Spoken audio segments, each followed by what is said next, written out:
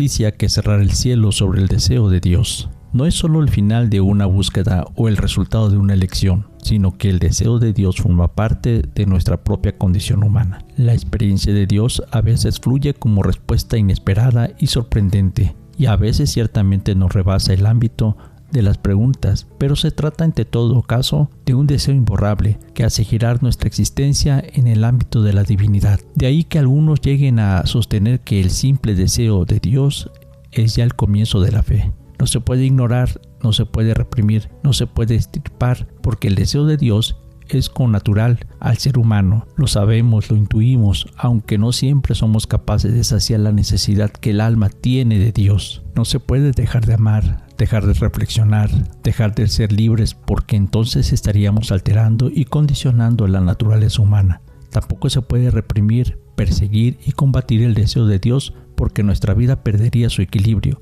limitaría dramáticamente sus horizontes y generaría condiciones de vida adversas para el mismo hombre. No se puede hacer eso, aunque en algunos momentos de la historia ha habido ideologías y regímenes políticos que han impuesto condiciones inhumanas para perseguir y reprimir el deseo de Dios, generando caos y desolación. Monseñor Ray Plague se refiere a la injusticia que cometen los gobiernos cuando intentan expulsar a Dios de la sociedad y del corazón del hombre. El hombre tiene un deseo de infinito, de absoluto, y hay un inadecuado entre ese deseo y lo que el mundo puede ofrecernos. Si le pedimos a las cosas lo que las cosas no nos pueden dar, ese deseo de infinito no tiene respuesta y no hay más salida que la desesperación o la acomodación a las cosas. De ahí la injusticia radical del mundo sin Dios, en el que vivimos, donde no solamente expulsamos a Dios de la plaza pública, sino que lo vamos expulsando también del corazón y la conciencia de las personas. No hay peor injusticia que cerrar el cielo, decía Julián Marías. Cerrar las puertas del horizonte trascendente en una sociedad como la nuestra es la peor injusticia, porque es cerrarle el corazón humano a esa aspiración que está presente en él, por ser aliento divino, por ser hijo de Dios, por estar habitado por el Espíritu Santo, por ser seno mismo donde habita la Trinidad. No han faltado en nuestra historia intentos de esta naturaleza con terribles consecuencias. Sin embargo, el ser humano se aferra, cultiva y defiende este deseo de Dios, a pesar de estas vicisitudes culturales e históricas.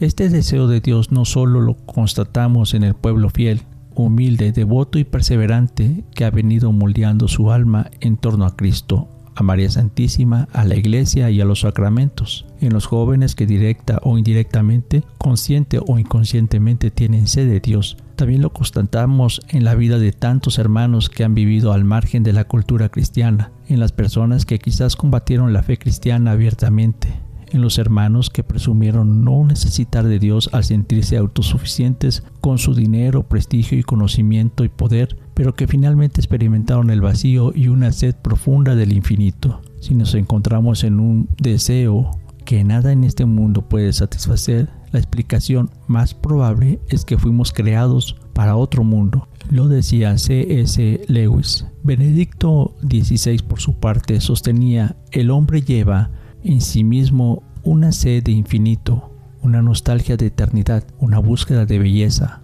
un deseo de amor, una necesidad de luz y de verdad que lo impulsa hacia el absoluto. El hombre lleva en sí mismo el deseo de Dios. Este deseo de Dios lo vemos en los griegos que habían llegado a Jerusalén para las fiestas de Pascua y dijeron a Felipe, el de Betsaida, de Galilea: queremos ver a Jesús. De acuerdo al Evangelio, griegos precisamente venían de la filosofía de la cultura de metrópoli, del pensamiento humano. Griegos que conocían la tradición de Sócrates, Platón y Aristóteles. Planteaban a un pescador quizás la principal inquietud de su vida: queremos ver a Jesús.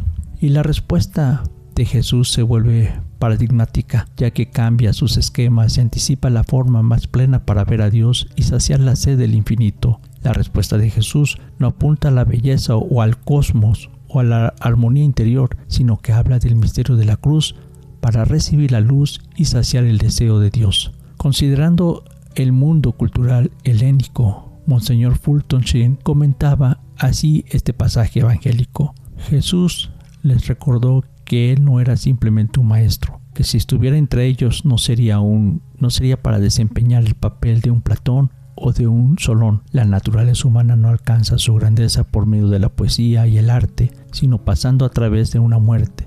No había venido para ser moralista, sino un salvador. No venía para añadir algo a los preceptos de Sócrates, sino para dar una vida nueva.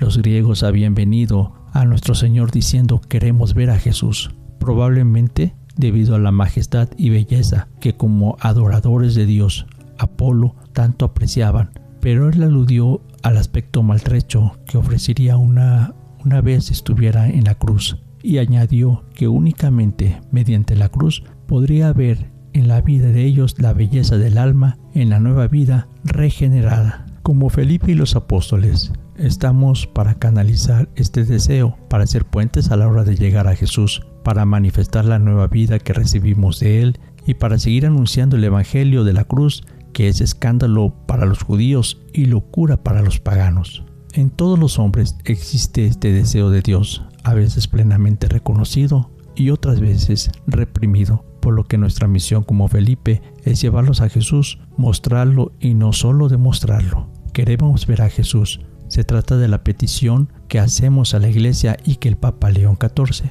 ha venido respondiendo de una manera muy bella en su visita pastoral a España. Hoy nosotros, de manera emotiva y con las palabras del Salmo 26, exponemos nuestro mayor deseo al Señor: busco tu rostro. Este es el deseo de mi vida, que recoge y resume todos mis deseos: ver tu rostro. Palabras atrevidas que yo no habría pretendido pronunciar si no me las hubieras dado tú mismo. En otros tiempos nadie podía ver tu rostro y permanecer con vida. Ahora te quitas el velo y descubres tu presencia. Y una vez que eso sucede, ¿qué otra cosa puedo hacer el resto de mis días sino buscar ese rostro y desear esa presencia? Ese ya es mi único deseo, el blanco de mis acciones, el objetivo de mis plegarias y esfuerzos de mi misma vida. He estudiado tu palabra y conozco tu revelación. Sé lo que los sabios teólogos dicen de ti, lo que los santos han contado acerca de tus tratos contigo, pero ahora sé que puedo aspirar a mucho más, porque tú me lo dices, me llamas y me invitas, y yo lo que quiero con todo mi ser, quiero ver tu rostro. Tengo ciencia, pero quiero experiencia. Conozco tu palabra, pero ahora quiero ver tu rostro. Tú sabes la hora y el camino. Tú eres el dueño de mi corazón humano y puedes entrar en él cuando te plazca. Ahí tienes mi invitación y mi ruego. A mí me toca esperar. Así lo hago. Esperar en el Señor. Sé valiente, ten ánimo y espera en el Señor. C.G. Valles. Reflexión del presbítero José Juan Sánchez Jácome, de la Arquidiócesis de Jalapa, Veracruz, México.